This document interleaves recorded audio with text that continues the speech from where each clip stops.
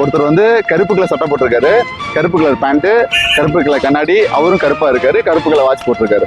ஓகேயா? அவர் வந்து ஒரு ரோட கிராஸ் பண்றாரு. அதுக்கு ரோடு கிராஸ் பண்ணும்போது கருப்பு கலர் காரு ஹெட்லைட் இல்லாம வருது. அந்த இடத்துல ஸ்ட்ரீட் லைட்டும் இல்லை. ஒரு 12 மணிக்கு ரோடு கிராஸ் பண்றாரு. ஆனா கரெக்டா அவர் கிராஸ் பண்ணும்போது கார் நின்றுது. எப்படி அவருக்கு தெரியும்?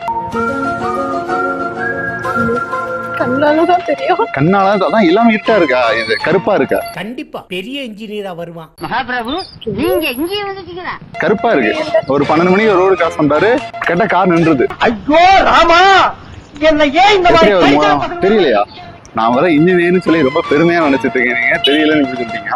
உங்களுக்கு தெரியுமா?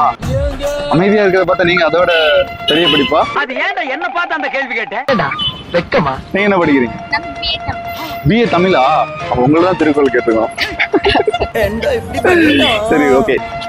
சரி, அந்த கொஸ்டின் தெரியலையா? ஏன் நல்லா யோசிச்சு பாருங்க. ஒருத்தர் கருப்பு கலர் ட்ரெஸ் போட்டிருக்காரு, கருப்பு கலர் சட்டை, கருப்பு கலர் பேண்ட், கருப்பு கலர் வாட்ச், கருப்பு கலர் கண்ணாடி. ஒண்ணுமே தெரியல. அவர் ரோடு கிராஸ் பண்றாரு. ஸோ அங்கிருந்து ஒரு கார் வருது. அந்த காரும் கருப்பு கலர்ல இருக்கு. கார்ல ஹெட்லைட் இல்ல, அந்த இடத்துல ஸ்ட்ரீட் லைட்டும் இல்ல. ஒரு 12 மணிக்கு. ஆனா கரெக்டா மோதாம இருந்துச்சு. மோதாம அந்த கார் அவருக்கு மேல மோதல. எப்படி? மேபி அந்த கார் அந்த இடத்துல தான் ஸ்டாப் பண்ண வேண்டியது இருக்கும், அதனால அவர் ஸ்டாப் பண்ணிருப்பாரு. இன்ஜினியர் மூல சரியான மூல, ஆனா தப்பு.